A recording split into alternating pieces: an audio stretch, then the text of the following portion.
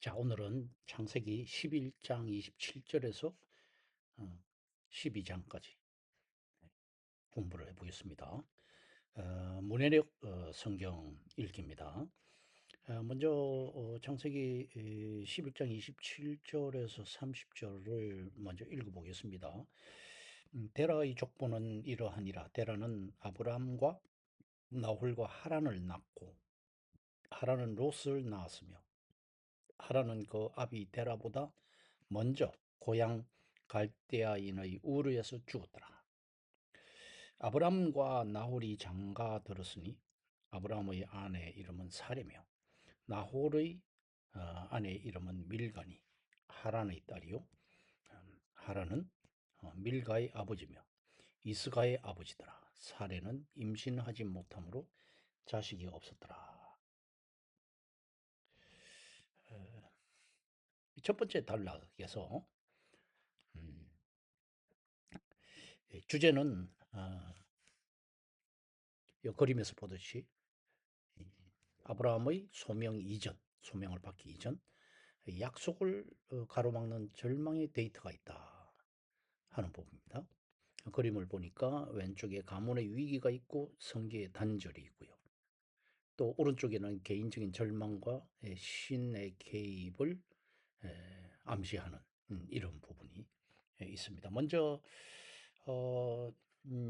첫 번째 단락은 아브라함이 화려하게 등장하기 이전에 그가 처한 결핍의 상태를 문해력으로 읽어낼 수 있어야 되겠습니다.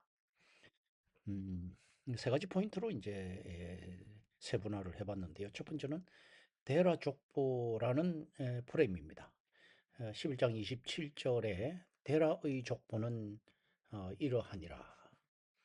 데라는 아브람과 나홀과 하란을 낳고 하란은 롯을 낳았으며 이렇게 나오죠. 성경은 아브라함의 이야기를 시작하면서 정작 주인공의 이름이 아닌 그 아버지 데라의 족보, 이 톨레도시죠. 족보라는 제목을 붙입니다. 이것은 아브라함이 하늘에서 갑자기 뚝 떨어진 그런 영웅이 아니라 데라라는 가부장적 권위와 고대 근동의 완고한 체계 안에서 태어난 존재라는 것을 보여줍니다. 이 톨레도스는 창세기에서 새로운 국면이 시작될 때마다 사용되는 공식이 톨레도시잖아요. 그런데 이 톨레도스는 아브라함, 나홀, 하란이라는 세 아들을 소개하면서 시작됩니다.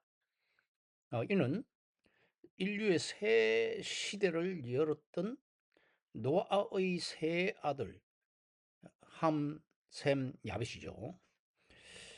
이 세 아들과 평행 구조를 이루고 있습니다. 즉 데라의 집안에서 인류의 새로운 전환점이 시작될 것임을 텍스트는 암시하고 있는 것입니다. 두 번째 맥락은 하란의 죽음입니다. 뭔가 연결고리가 끊어져 버리는 1장 28절에 하란은 그 아비 데라보다 먼저 고향 갈대아인의 우르에서 죽었더라 이렇게 나오죠.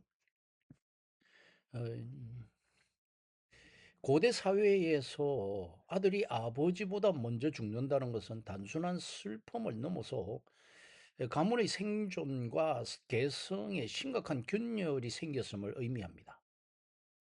성경은 하란의 죽음을 보고하면서 그의 아들인 롯을 언급하게 됩니다. 하란의 죽음은 훗날 아브라함이 조카 롯을 왜 아들처럼 데리고 다녔는지, 왜 그토록 후사에 집착하게 되었는지를 설명하는 심리적인 복선이 되고 있습니다. WBC 주석의 그 포인트를 보면 갈대아인의 우르라는 지명은 당시 메소포타미아의 그 번영한 중심지였습니다. 하란은 그 풍요로운 고향 땅에서 죽었습니다.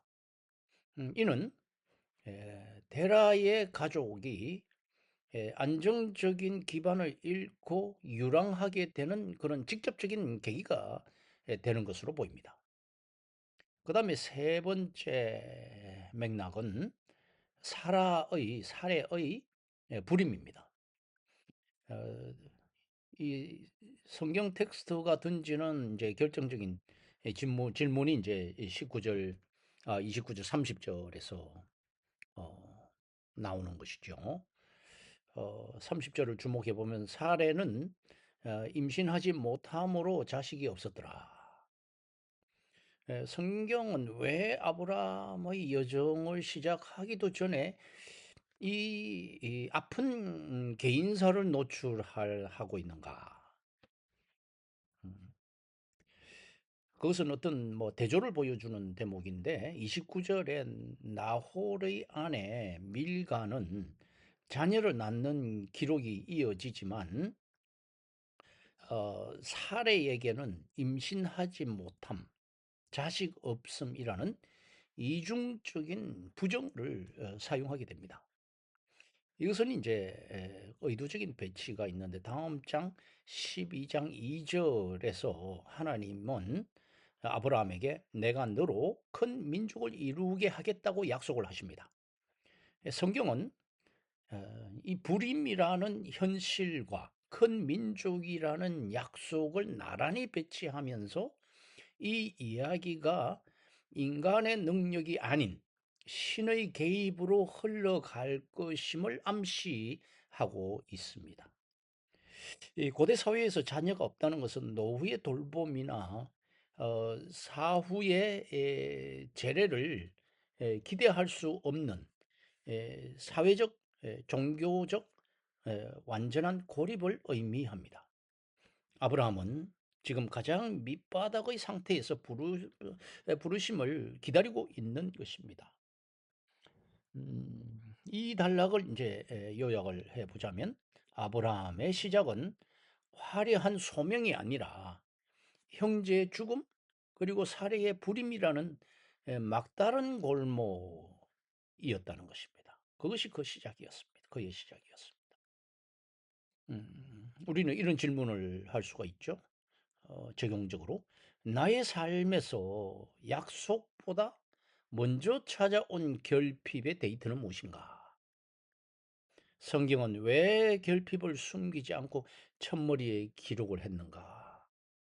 이런 질문을 우리는 해볼 수가 있습니다. 문해력 성경 두 번째 단락을 창세기 11장 31절 32절 11장이 마지막이죠. 읽어보겠습니다. 데라가 그 아들 아브람과 하란의 아들인 그의 손자 롯과 그의 며느리 아브라함의 아내 사레를 데리고 갈대아인의 우르를 떠나 가나안 땅으로 가고자 하더니 하란에 이르러 거기 거류하였으며 데라는 나이가 205세가 되어 하란에서 죽었더라. 여기서 주제가 이제 그림 맨 위에 멈춰선 비전, 다시 시작되는 부르심, 이런 제목이 붙어 있습니다.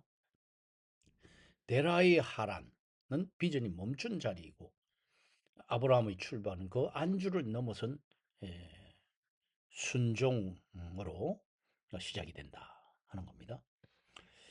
이번 단락은 아브라함의 여정이 사실은 아버지 데라의 미완성된 여정에서 시작되었음을 밝힙니다. 왜 데라는 가나안을 꿈꾸고도 하란에 멈춰 섰는지 그 성경의 행간을 읽어봅니다. 여기서도 한 세 대목으로 맥락을 잡아봤는데요. 첫 번째 대목은 주어가 전환된다 하는 겁니다. 주어가. 주도권이 그동안에는 데라에게 있었는데 그것이 전환된다는 겁니다. 31절 시작을 보면 주어가 데라입니다. 아브라함이 아니고. 데라가 그의 아들 아브라함과 이렇게 나가죠. 그래서 이제 갈대아인의 우르를 떠나 하는데 이 이주는 아브라함의 결단 이전에 가문의 수장인 데라가 주도한 것이었습니다. 즉 가나안을 향한 첫 비전은 아버지 세대에서 시작되었다 하는 것입니다. 성경은 이 가족이 우르라는 번영의 땅을 떠난 목적지가 명확히 가나안 땅이었음을 명시하고 있습니다. 이들은 어쩌다 떠돌다 보니까 가나안에 간 것이 아니라 분명한 목적의식을 가진 이주단이었다 하는 것입니다.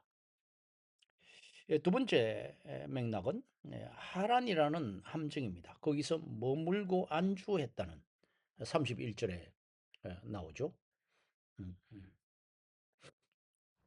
하란에 이르러 거기에 거류하였으며 목적지가 바뀌어 버린 것입니다.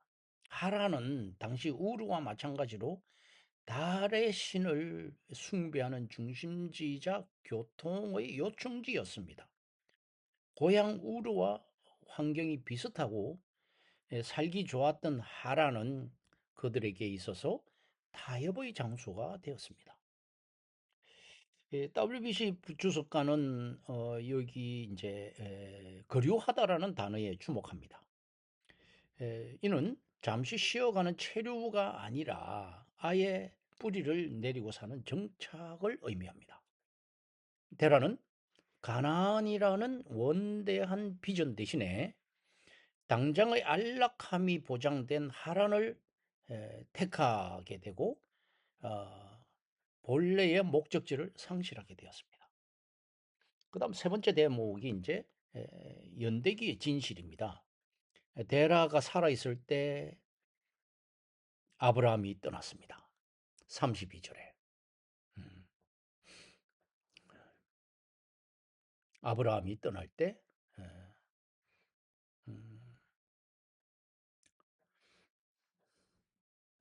이 성경은 데라가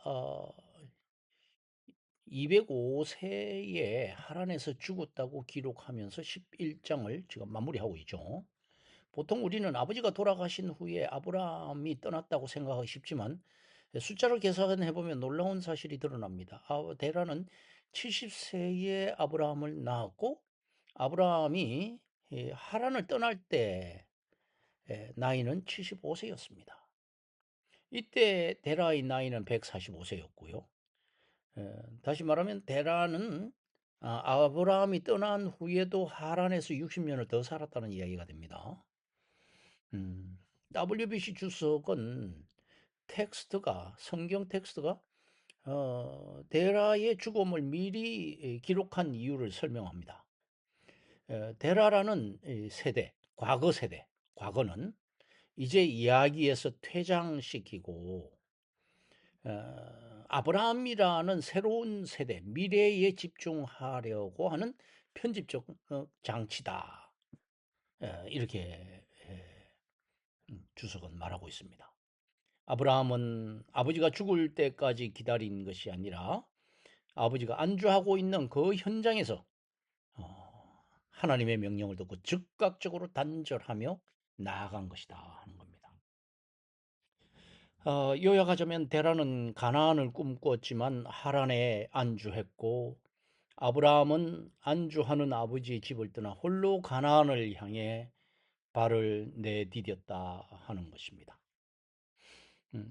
여기서 우리가 또 한 가지 질문을 할 수가 있습니다. 내 인생에서 가나안이라는 목적지를 잊게 만드는 살기 좋은 하란은 어디입니까? 하는 겁니다. 나는 부모 세대가 멈춘 그 자리에서 다시 시작할 용기가 있는가? 각자 답변해 보시기 바라겠습니다. 그 다음 세 번째 문해력으로 성경 읽기 세 번째 단락 창세기 12장 1절입니다. 드디어 12장으로 넘어왔습니다. 12장 1절을 읽겠습니다. 여호와께서 아브라함에게 이르시되 너는 너의 고향과 친척과 아버지의 집을 떠나 내가 내게 보여줄 땅으로 가라. 이 단절의 명령이 있습니다. 레크 레카. 가장 익숙한 나를 버리고 진짜 나를 찾아가는 길을 가라 하는 것입니다. 이 세 번째 단락은 아브람 서사의 실질적인 엔진인 소명을 다루고 있습니다. WBC는 언어학적인 분석을 통해서 이 짧은 명령 속에 담긴 무거운 단절과 그 뒤에 숨겨진 정체성의 회복을 토파 봅니다. 이 12장 1절을 가지고 우리가 세 가지 맥락에서 우리가 볼 수가 있는데 이 명령에는 언어학적인 신비가 있다는 것입니다. 떠나라는 명령, 이 명령은 신을 위한 일방적인 희생으로 오해하면 안 되는 것입니다. 레카 할 때 레카는 너를 위하여 떠나라. For yourself. 너 자신을 위하여 가라. 하는 의미를 내포하고 있습니다. 이 떠남은 하나님의 사업을 돕기 위한 보조수단이 아니라 아브라함이라는 한 인간이 과거의 굴레를 벗고 진정한 자기 자신을 발견하기 위한 필수적 과정임을 시사하고 있습니다. 이 주석가 카수토의 견해를 빌면 이는 주변의 익숙한 환경으로부터 자신을 분리하여 자기 본연의 정체성을 회복하는 고독한 결단을 의미한다 하는 것입니다. 두 번째 맥락은 점층적 단절의 구조가 있다는 것입니다. 사회적인 보호막을 해체하고 있다. 그림 왼쪽에 보면은 나와 있죠. 사회적 보호막의 해체, 단계적 단절. 이 하나님은 아브라함에게 세 가지를 버리라고 하십니다. 그런데 이 대목은 뒤로 갈수록 끊어내기 힘든 더 내밀하고 본질적인 것들을 나열하고 있습니다. 너의 고향, 너의 친척, 너의 아버지의 집. 이 고향이라는 건 뭡니까? 광범위한 지리적 터전이잖아요. 여기에서 이제 사회적, 경제적인 기반을 마련을 할 수가 있다는 것을 의미하는 것이 바로 고향인데 그 고향을 떠나라는 거죠. 그 다음에 너의 친척을 떠나라. 이 친척이라는 것은 단순한 친척의 개념을 넘어서서 시족 공동체를 뜻합니다. 당시의 시족이라는 것은 개인의 안전을 보장하는 유일한 법적 울타리였습니다. 그리고 너의 아버지의 집을 떠나라 할 때, 이거는 이제 가장 좁고 깊은 단위죠. 가부장의 권위와 상속권과 또 정서적인 유착을 모두 포함하고 있는 이걸 다 떠나라는 겁니다. 이 구조가 공간적 단절에서 정서적, 혈연적 단절로 심화되고 있음을 보여주고 있습니다. 아브라함은 지금 단순한 이사가 아니라 자신을 규정하던 모든 사회적 정의를 포기하는 사회적 정의, definition, 이것을 포기하는 사회적 자살에 가까운 가장 어려운 결단을 지금 요구받고 있는 것입니다. 세 번째 맥락은 이제 미지의 목적지입니다. 내가 내게 보여줄 땅으로, 내가 내게 보여줄 땅으로.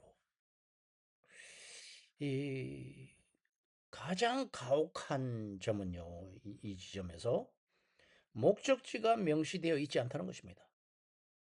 텍스트는 내가 보여준 땅이 아니라 내가 보여줄 땅이라고, 내가 보여줄 땅이라고 미래형으로 기록하고 있습니다.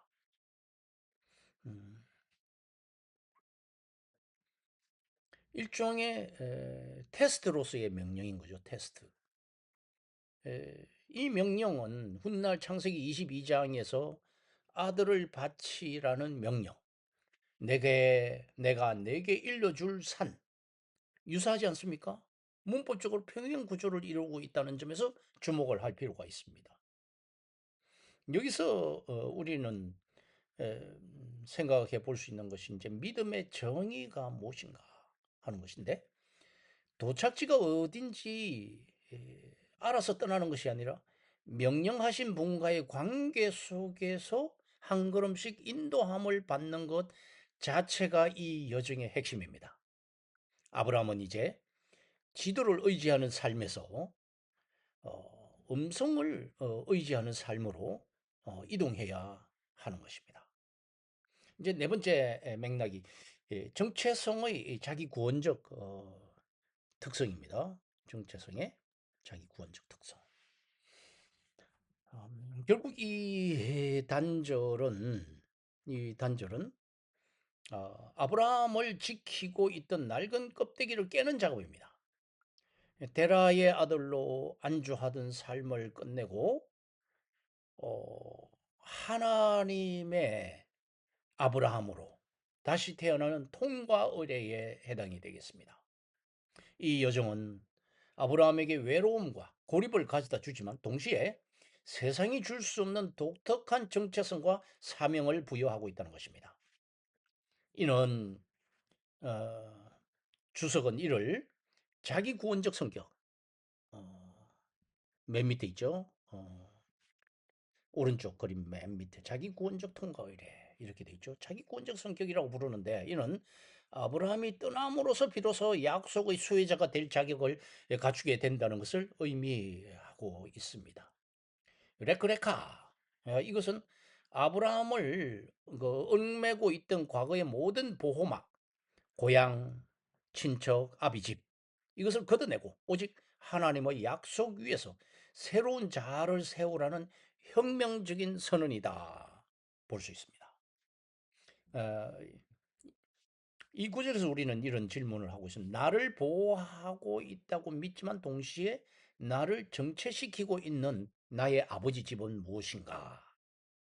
나는 나 자신을 발견하기 위해 익숙한 결핍을 떠날 준비가 되어 있는가? 이런 질문을 해 보실 수 있겠습니다. 그 다음에 이제 오늘 네 번째 단락이 되겠습니다. 문해력 성경 공부 네 번째 단락은 창세기 12장 2절 3절이 되겠습니다. 읽겠습니다. 내가 너로 큰 민족을 이루고 내게 복을 주어 내 이름을 창대하게 하리니 너는 복이 될지라. 너를 축복하는 자에게는 내가 복을 내리고 너를 저주하는 자에게는 내가 저주하리니 땅의 모든 족속이 너로 말미암아 복을 얻을 것이라 하신지라. 복의 통로로의 대반전이 12장 2절 3절에서 일어나고 있습니다. 이 본문의 주제는 복의 선언으로 저주를 끊고 복의 통로로 재창조되는 것을 보여주는, 그래서 이 단락은 창세기 전체의 흐름을 바꾸는 대반전의 선언이다, 이렇게 말할 수 있습니다. WBC가 강조하는 복의 언어적 유희와 바벨탑 사건의 문맥적 대조를 통해서 이 약속의 무게감을 분석합니다. 한 네 가지 정도로 분석을 하는데요. 첫 번째는 바벨의 욕망과 대조적으로 하나님의 약속, 그림 왼쪽입니다. 어, 여기서 이제 그 이름의 정체성에 대해서 이제 말씀을 하고 있는데요. 이 바로 앞장인 11장에서 바벨탑 사건을 우리가 기억할 필요가 있습니다. 사람들은 우리의 이름을 내자라며 하늘 높이 탑을 쌓았습니다. 11장 4절 이야기입니다. 그런데 오늘 본문에서는 하나님은 아브라함에게 내가 내 이름을 창대하게 하리라 말씀하고 있습니다. 이름은 스스로 쟁취하는 것이 아니라 창조주로부터 부여받은 것임을 선언하는 순간입니다. 여기서 대조가 일어나죠. 바벨의 사람들은 흩어짐을 면하려고 이름을 내려고 했지만 결국 흩어졌고, 반면에 아브라함은 모든 것을 버리고 떠났을 때 하나님이 그의 이름을 높여준다 하는 것입니다. 그 이름이 참 누가 세워주느냐 하는 것에 따라서 크게 달라지는 것을 볼 수가 있는데요. 이 한 가족의 수장이었던 아브라함에게 이제 큰 민족을 약속하십니다. 그것은 그를 단순한 한 개인을 넘어 공적인 정치적 그리고 영적 공동체의 시조로 세우겠다는 하나님의 의지를 드러내고 있습니다. 두 번째 맥락은 이 본문에서 복을 5번 반복하고 있다는 점입니다. 이 복이라는 언어를 가지고 어떤 유희를 보여주고 있는데요.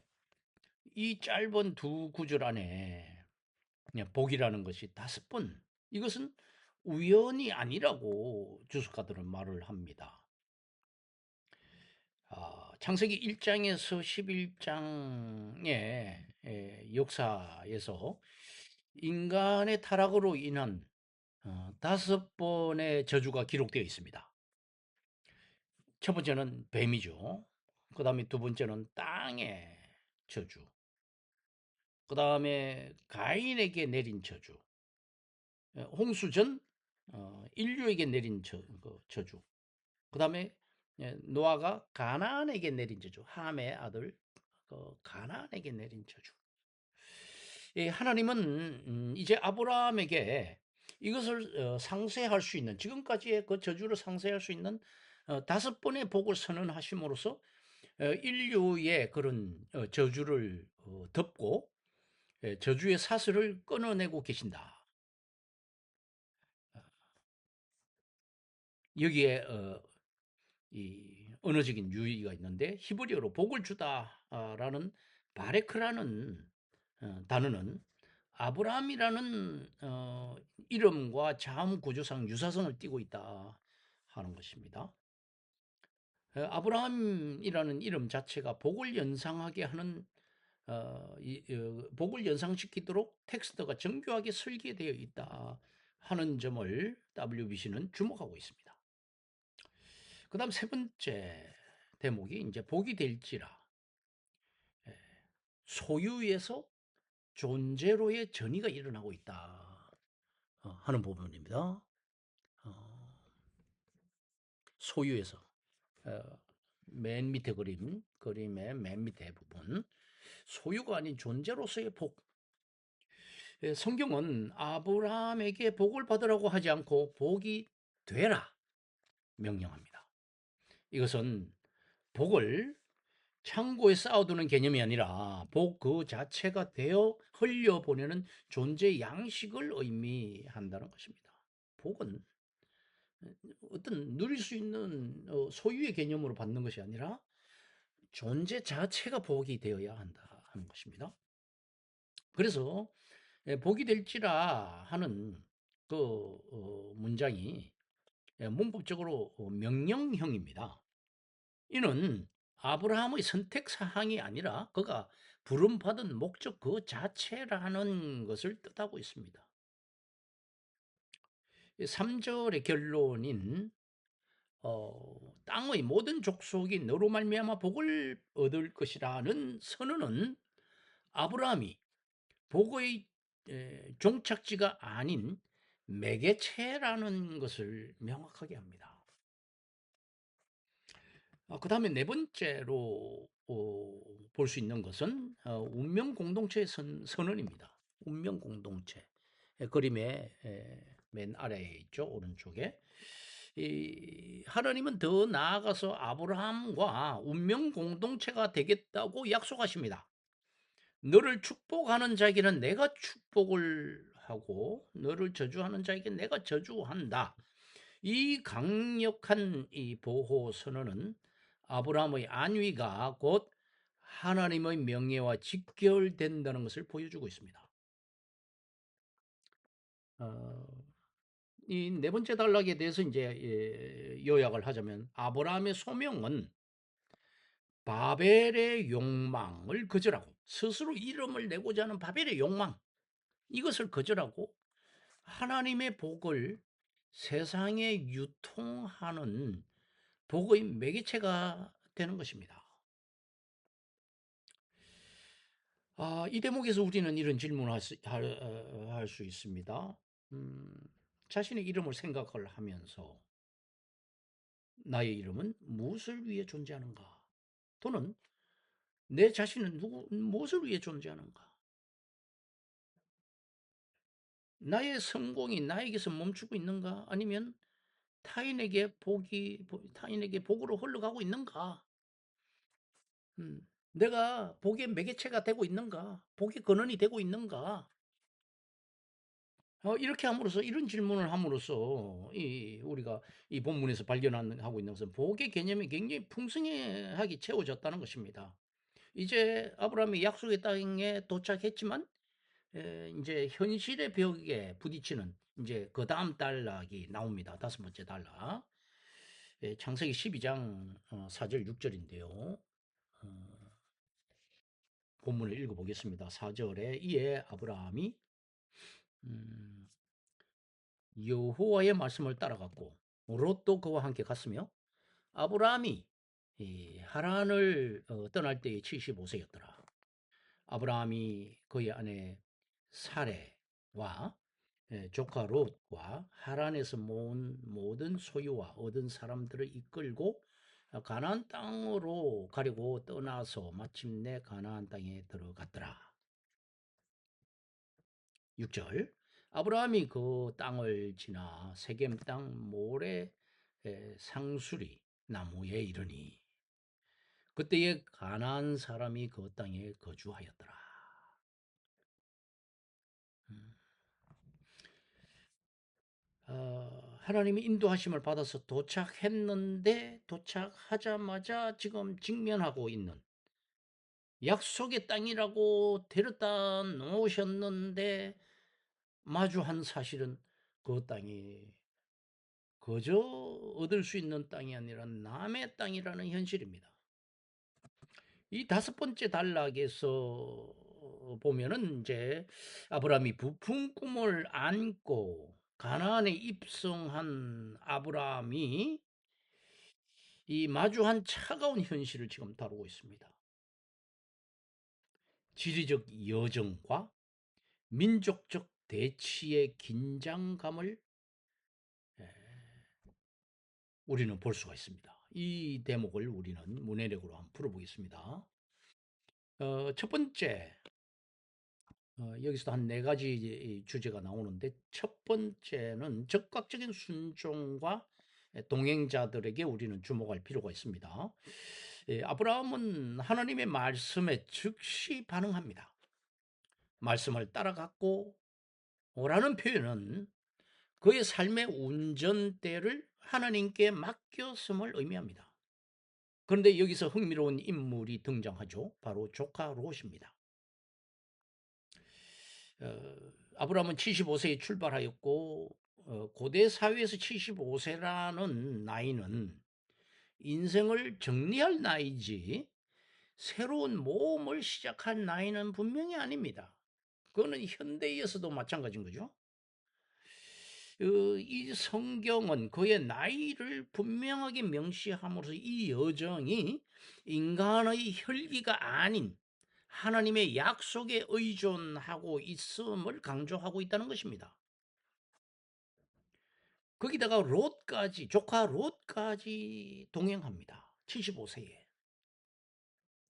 11장에서 아버지 하란을 잃은 롯은 아브라함에게 아들과 같은 존재였습니다. 하지만 주석가들은 롯의 동행이 훗날 아브라함에 가져올 갈등 13장에 나오죠. 그 갈등의 복선이 된다고 분석하고 있습니다. 아브라함은 혼자 몸으로 떠난 것이 아닙니다. 하란에서 모은 재물과 사람들을 이끌고 가나안 땅으로 가려고 떠나서 마침내 가나안 땅에 들어갔더라 기록하고 있습니다. 여기서 마침내라는 단어는 긴 여정의 마침표이자 성취를 의미합니다. 두 번째, 우리 그림 맨 밑에 보면은 왼쪽 세켐 그리고 모래 상수리 나무 이렇게 되어 있는데요.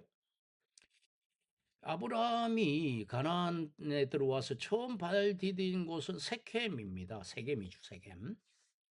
이곳은 가나안의 심장부와도 같은 곳입니다. 그런데 성경은 그곳에 있는 모래상수리 나무를 콕 집어 언급합니다. 여기서 모래라는 것은 히브리어로 선생님, 가르치는 자라는 뜻입니다. 당시 이곳은 이방인들이 신탁을 받거나 또는 점을 치는 종교적 중심지였음을 보여주는 대목입니다. 여기 이제 뭔가 공간적인 전복을 일으키는 이제 복선이 있는 것인데, 아브라함은 지금 가나안 사람들의 우상 숭배하던 그 신성한 나무 아래 서 있습니다. 성경은 가장 이방적인 장소가 가장 거룩한 하나님의 현현의 장소로 바뀌는 공간의 역설을 보여주고 있다는 것입니다. 거기에는 세 번째 단락입니다. 주제입니다. 차가운 현실의 문장이 있습니다. 그것은 가나안 사람이 그 땅에 거주하였더라. 하나님이 인도하신 해주신다고 해서 무조건 따라왔는데 그곳은 다른 사람들이 지금 이미 거주하고 있는 곳이에요. 이 문장은 아브라함의 모든 기대, 하나님의 말씀에 대한 기대, 내가 순종하는 것에 대한 그 결과, 아름다운 열매를 얻을 것이라고 하는 그 결과, 기대, 소망, 이것을 단숨에 무너뜨리는 정말 문자적 공격이다. 이렇게 밖에는 볼 수가 없습니다. 이런 상황적인 아이러니는 과연 무슨 의미를 가지고 있나요? 하나님이 이 땅을 주시겠다고 약속을 하셨는데 막상 와보니까 빈 땅이 아니더라는 거죠. 이미 강력한 원주민인 가나안 사람들이 철저하게 장악하고 있는 땅이었습니다. 이 구절은 아브라함이 약속을 받았음에도 불구하고 실제로는 그 땅에서 주인이 아닌 나그네로 살아야 한다는 불편한 진실을 일깨워주고 있습니다. 주석가들은 이 문장이 기록된 이유가 장애물의 현시다라고 표현을 하고 있습니다. 장애물의 현시, 직접 보여주는 거. 독자들은 이 구절을 통해서 아브라함의 믿음이 단순한 감상적인 것이 아니라 이미 주인이 있는 땅을 바라보면서 하나님의 신실함을 기다려야 한다는 믿음의 싸움, 치열한 내적인 싸움임을 깨닫게 된다 하는 것입니다.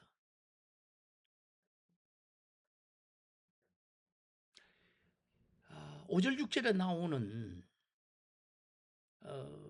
아브라함은 가나안에 들어왔지만 그 땅에는 가나안 사람이 있었습니다 하는 거죠. 이 두 문장 사이에는 간격이 있는데 그 간격은 아브라함이 평생 걸어야 할 믿음의 거리인 것입니다. 가나안에 들어왔는데 그 땅에는 가나안 사람이 있더라. 아브라함은 땅을 정복하려고 칼을 들지 않았습니다. 대신에 그 다음 구절에서 전혀 다른 방식으로 이 현실에 대해서 대응을 하고 있습니다. 그것은 바로 예배였습니다. 이 다섯 번째 단락에서 우리는 이렇게 요약할 수가 있습니다. 약속의 땅에 도착한 아브라함을 맞이한 것은 환영 인파가 아니라 또는 빈 땅이 아니라 이미 땅을 차지하고 있는 강력한 원주민이었다. 성경은 약속과 현실의 괴리를 숨기지 않고 드러내고 있다는 것입니다. 우리는 이런 질문을 할 수 있습니다. 내 삶에서 하나님의 응답이라고 믿고 찾아간 곳이 이미 가난한 사람, 그것은 오늘날 내가 살아가는 데 있어서 현실의 벽인 거죠. 응답을 주셨는데 거기에는 현실의 벽이 있어. 그때 나는 잘못 왔나? 이런 생각을 할 수가 있습니다. 그렇게 판단하기에는 텍스트는 다음 구절을 기다리게 합니다.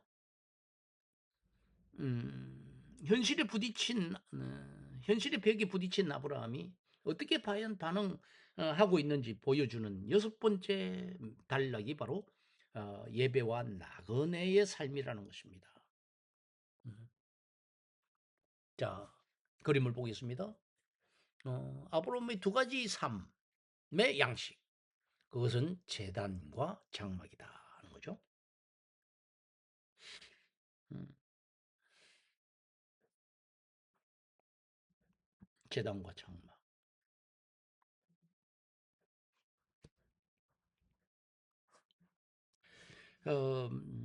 아브라함이 음,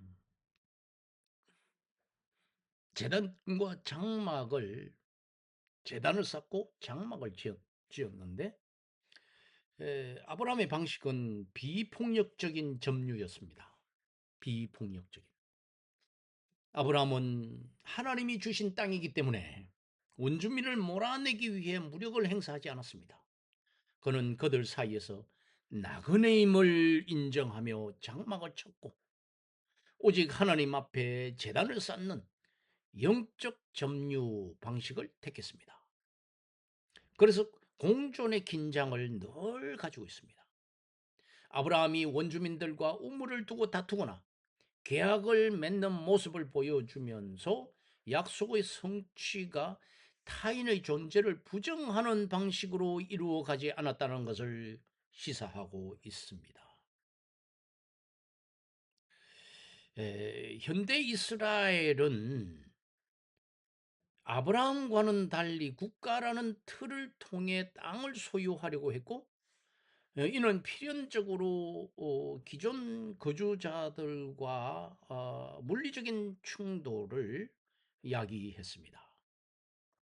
성경은 그 땅에 가나안 사람이 있었다는 사실을 명시함으로써 약속의 땅을 차지하는 과정이 결코 타인의 삶을 지워버리는 그런 쉬운 과정이 아니라는 것을 이제 보여주고 있습니다. 어, 이 약속의 땅은 어떻게 소유하는가? 성경은 아브라함이 가나안 사람을 정복했기 때문에 그 땅의 주인이 되었다고 말하지 않습니다. 오히려 그들 틈 사이에서 나그네로서 예배하는 삶을 살았기 때문에 약속의 계승자가 되었다는 것을 말하고 있습니다. 현대 이스라엘의 비극은 어쩌면 창세기 12장 6절의 현실, 즉 타자의 존재를 아브람처럼 제단과 장막으로 품어내지 못하고 총과 성벽으로 해결하려고 했던 데에서 기인하는 것인지도 모르는 일입니다. 창세기 12장 7절과 9절을 읽겠습니다. 7절 여호와께서 아브라함에게 나타나 이르시되 내가 이 땅을 어, 내 자손에게 주리라 하신지라. 자신에게 나타나신 여호와께 그가 그곳에 제단을 쌓고 거기서 베델 동산 동쪽 산으로 옮겨 장막을 치니 서쪽은 베델이요 동쪽은 아이라. 그가 그곳에서 여호와께 제단을 쌓고 여호와의 이름을 부르더니 점점 남방으로 옮겨갔더라. 아브라함의 두 가지 삶의 양식이 있습니다. 제단과 장막입니다. 제단은 무엇입니까? 예배하는 것이고 장막은 나그네의 삶이다. 아브라함은 그 땅의 소유권을 주장하는 대신에 재단을 쌓고 정착을 거부하는 장막을 쌓았습니다. 여섯 번째 이 단락은 약속의 땅에 도착했지만은 여전히 이방인인 아브라함이 그 땅에서 어떻게 생존하며 반응하는지를 보여주고 있습니다. WBC가 주목하는 것은 시각적인 현현, 영어로 appearance죠. 시각적인 현현과 공간적 점유의 의미를 토파보고 있습니다. 이 본문에서 네 가지 이 주제를 가지고 접근을 하게 되는데요. 먼저 시각적 확증입니다. 12장 7절에 여호와께서 나타나 이르시되 이렇게 되어 있죠. 지금까지 아브라함은 하나님의 음성만 듣고 움직였습니다. 그런데 가나안 땅 그 낯선 현실 앞에 서자 하나님은 처음으로 나타나 보이십니다. 성경 전체에서 하나님이 인간에게 자신을 시각적으로 드러낸 첫 번째 공식적인 기록입니다. 이제 듣는 믿음에서 보는 믿음으로의 확장입니다.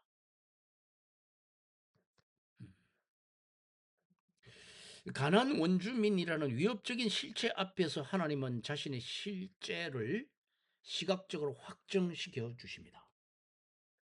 그래야 과거와 현재와 미래를 연결해 줍니다. 이 땅을 내 자손에게 주리라. 아브라함 자신에게는 아직 한 평의 땅도 없지만 하나님의 현현하신 이유는 그 약속을 반드시 실현할 법적 보증으로서 나타나셨다는 것입니다. 가인, 아담, 노아에게 하나님께서 말씀하실 때는 이르시다로 기록합니다. 이르시다. 음성을 통한 소통을 주로 하고 있습니다. 아담이 동산에서 숨을 때 하나님의 소리를 듣고 숨었다고 되어 있죠. 어떤 형상을 보였다는 표현은 나오지 않습니다. 아브라함에게 처음으로 나타나셨습니다. 보여지다 하는 거죠. 신이 자신을 인간의 눈에 시각적으로 노출하셨다 하는 이야기가 되는 것이죠. 두 번째, 아브라함에게 왜 처음으로 나타나셨나 하면 아브라함은 지금까지 아무것도 가진 것이 없는 나그네입니다. 가나안 사람이라는 강력한 실체 앞에 서 있는 그에게 하나님은 음성만으로는 부족한 시각적 확증을 주신 것입니다. 그것은 새로운 시대의 서막을 이야기를 합니다. 아담이나 노아는 인류 전체를 대표하는 보편적인 인물이었다면 아브라함은 하나님과 특별한 계약을 맺는 선택된 가문의 시작이라는 것입니다. 하나님이 시각적으로 나타나시는 사건은 오직 이 특별한 관계 안에서만 일어나는 아주 배타적이고 영광스러운 사건임을 이 성경은 강조하고 싶어 한다는 것입니다. 두 번째 주제는 제단을 쌓았다는 것입니다. 어떤 땅에 대한 소유권을 주장하는 것이 아니라 예배권을 선포하고 있다 하는 겁니다. 왼쪽 그림에 이제 두 번째 그림이죠. 음, 약속을 받은 아브라함의 첫 번째 행동은 군대를 모으거나 땅에 말뚝을 박는 것이 아닙니다. 그는 제단을 쌓았습니다. 이것은 아주 독특한 영적 점유 방식입니다. 제단이 상징하는 것은 무엇입니까? 노아가 방주에서 나와서 제단을 쌓듯이 아브라함도 새로운 땅에서 제단을 쌓습니다. 이는 이 땅의 진정한 주인이 하나님임을 선포하는 행위입니다. 주스카 웬하면요, 아브라함이 제단을 쌓은 것이 단순히 제사를 드리기 위함이 아니라 그 장소를 거룩하게 구별하여서 하나님의 소유로 확정하는 행위라고 분석합니다. 그는 땅을 정복하지 않았지만 예배를 통해 그 땅의 영적 지형도를 바꾸고 있는 것입니다. 세 번째는 아브라함의 행동은 이제 장막을 치는 것이었습니다. 베델과 아이 사이의 경계. 12장 8절에 나오죠. 베델 동쪽 산으로 옮겨 장막을 치니 서쪽은 베델이요 동쪽은 아이라 이렇게 되어 있죠. 우리는 아브라함의 이중적인 삶의 양식을 봅니다. 제단과 장막입니다.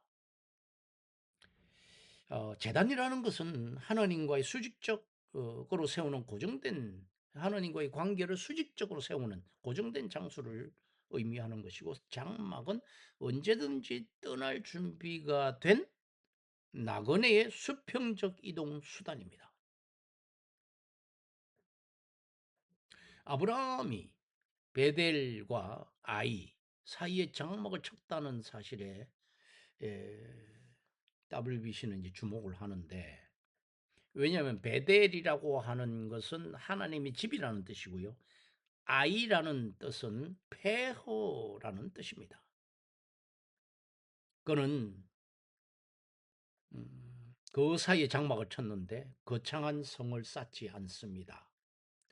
장막을 쳤다는 표현은 그가 약속의 땅 안에서도 여전히 소유주가 아닌 거류민으로 살아가고 있음을, 나그네로 살아가고 있음을 시각적으로 보여주는 대목입니다. 그리고 네 번째는 여호와의 이름을 부릅니다. 공적인 신앙의 고백입니다.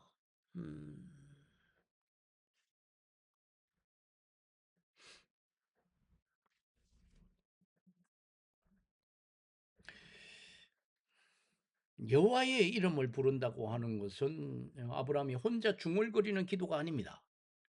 가나안 사람들이 지켜보는 가운데 나는 여호와를 섬기는 자다라고 선포하는 공식적인 예배였습니다.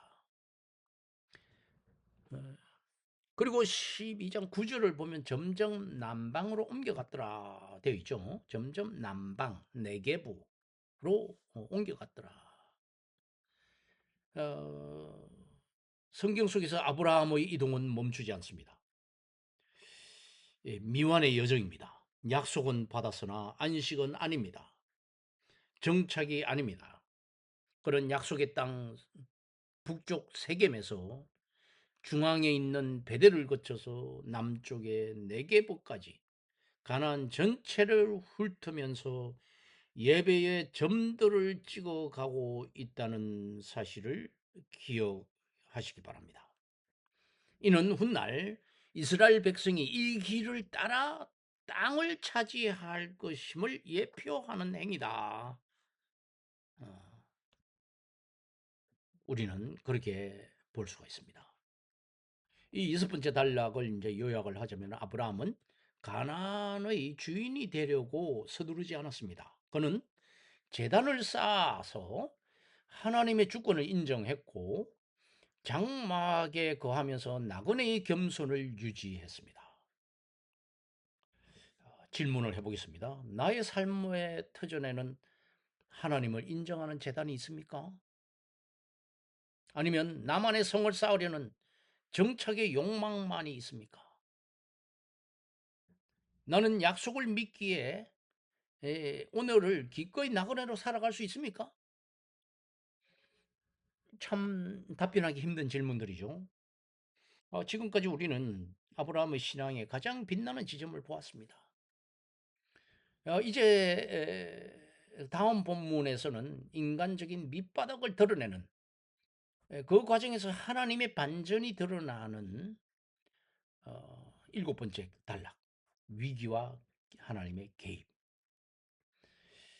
이것은 아브라함이 이집트에서 얼마나 비겁하게 행동을 하고 그 비겁함을 하나님이 그 하나님의 구원으로 어떻게 이제 대미를 장식하는가 하는 것을 우리가 보여주는 대목이 이제 12장 10절에서 20절까지가 되겠습니다. 제가 쭉 한번 읽어보겠습니다. 이어서 읽겠습니다. 그 땅에 기근이 들었으므로 아브라함이 애굽에 거류하려고 거리로 내려갔으나 이는 그 땅에 기근이 심하였습니다. 그가 애굽에 가까이 이르렀을 때에 그의 아내 사레에게 말하되 내가 알기에 그대는 아리따운 여인이라. 애굽 사람들이 그대를 볼 때에 이르기를 이는 그의 아내라 하여 나를 죽이고 그대는 살리리니 원컨대 그대는 나의 누이라 하라. 그러면 내가 그대로 말미암아 안전하고 내 목숨이 그대로 말미암아 보존되리라 하니라. 아브라함이 애굽에 이르렀을 때에 애굽 사람들이 그 여인이 심히 아리따움을 보았고 바로의 고관들도 그를 보고 바로 앞에서 칭찬함으로 그 여인을 바로의 궁으로 이끌어 들인지라. 이에 바로가 그로 말미암아 아브라함을 후대함으로 아브라함이 양과 소와 노비와 암수 나귀와 낙타를 얻었더라. 여호와께서 아브라함의 아내 사레의 일로 바로와 그 집에 큰 재앙을 내리신지라. 바로가 아브라함을 불러서 이르되 내가 어찌하여 나에게 이렇게 행하였느냐? 내가 어찌하여 그를 내 아내라 말하지 아니하였느냐? 내가 어찌하여 그를 누이라 하여 내가 그를 데려다가 아내로 삼게 하였느냐? 내 아내가 여기 있으니 이제 데려가라 하고 바로가 사람에게 그 일을 명하매 그들이 그와 함께 그의 아내와 그의 모든 소유를 보내었더라. 위기 상황입니다. 이 위기 상황에 하나님께서 제가 PPT를 좀 늦게 보여드렸는데 음, 자 어, 일곱 번째 단락이 되겠는데요. 음, 12장 10절에서 20절까지죠. 주제는 위기, 아브라함이 당한 위기, 그리고 하나님의 개입입니다. 약속을 이탈한 인간은 어,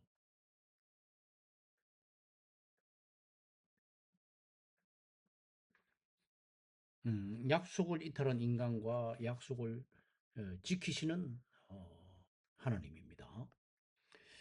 이 일곱 번째 단락은 아브라함 서사에서 가장 당혹스러우면서도 복음적인 대목이다.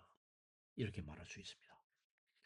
약속의 땅에 기근이 찾아왔을 때 드러나는 아브라함의 이 인생 밑바닥. 그럼에도 불구하고 개입하시는 하나님의 신실하심. 이것을 WBC는 출애굽의 복선이라는 관점에서 분석합니다.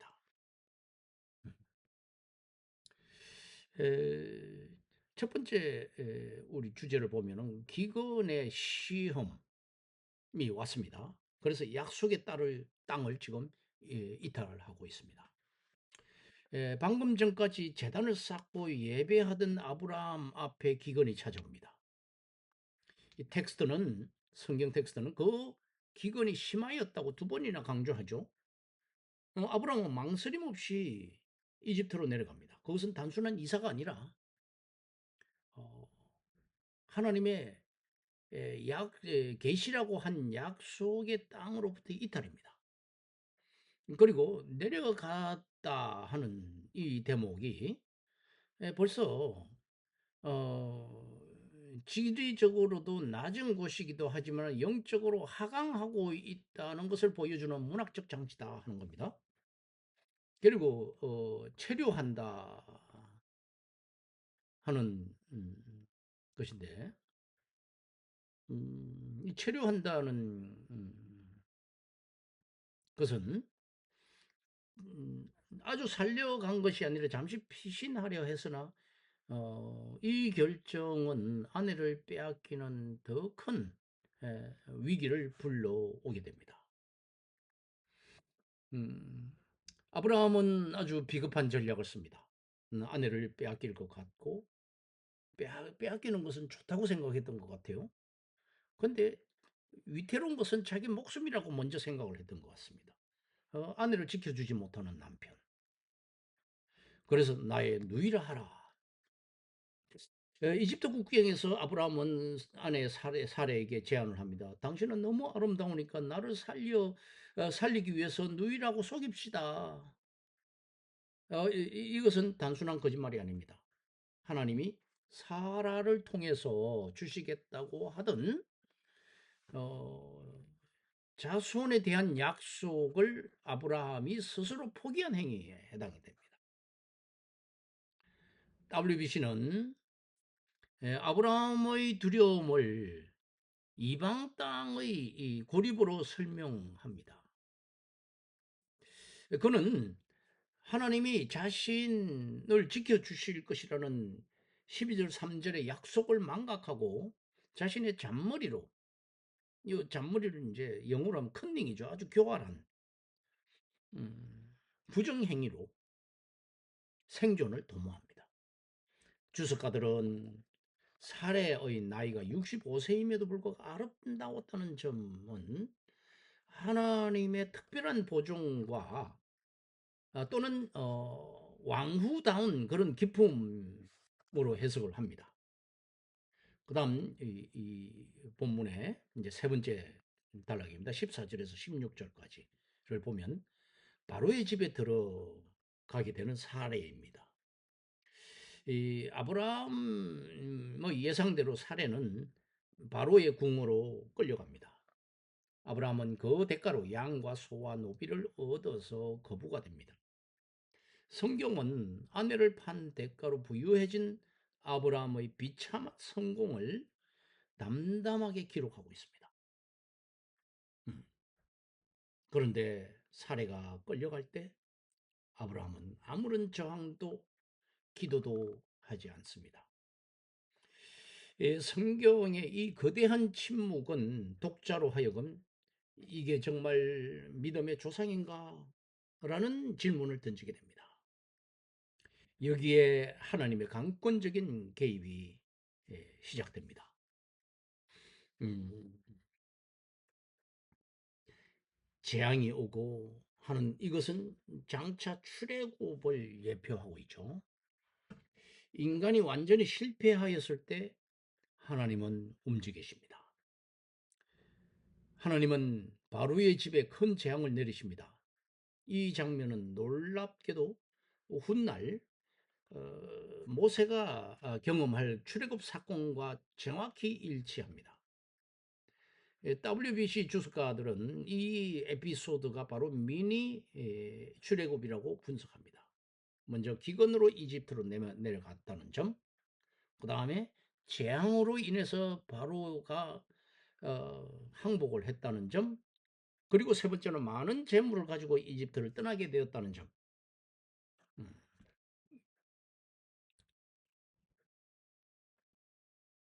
미니 출애굽입니다.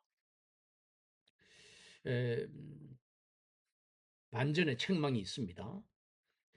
오히려 이방왕 바로가 아브라함을 불러 꾸짖습니다.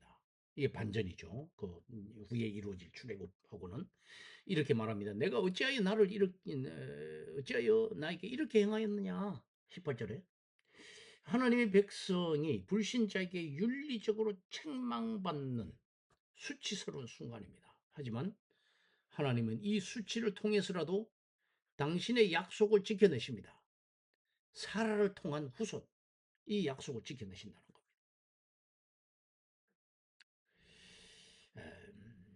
아브라함은 이집트에서 이제 다섯 번째 대목이에요. 아브라함은 이집트에서 쫓겨나듯이 나옵니다. 그는 자신의 실력으로 살아남은 것이 아니라 하나님의 억지스러운 은혜로 구출되었다는 사실입니다. 이제 아브라함은 다시 기근이 있던 그곳, 제단이 있는 베델로 돌아가야 합니다. 성경은 아브라함의 도덕성을 찬양하지 않습니다. 오히려 그의 바닥을 보여줌으로써 역사를 이끄는 힘은 인간의 도덕성이나 인간의 착함이나 인간의 열심에 있는 것이 아니라 하나님의 신실한 약속이 있다는 것을 웅변하고 있습니다. 일곱 번째 이 마지막 단락에서 요약을 하자면 아브라함은 현실의 기근 앞에 약속을 버리고 도망쳤지만 하나님은 재앙을 통해서라도 당신의 약속을 복구하신다는 것입니다. 인간의 실패가 하나님의 열심을 막지 못한다 하는 점입니다. 질문을 해보죠. 나의 비겁함과 나의 실수 때문에 모든 것이 끝났다고 생각하는 순간 하나님이 개입하셔서 수습해 주신 그런 경험이 있습니까?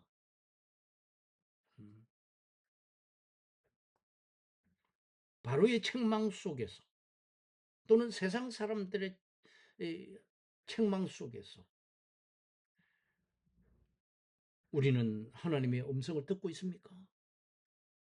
이런 질문을 이제 던지면서 오늘 강의를 마치도록 하겠습니다. 감사합니다.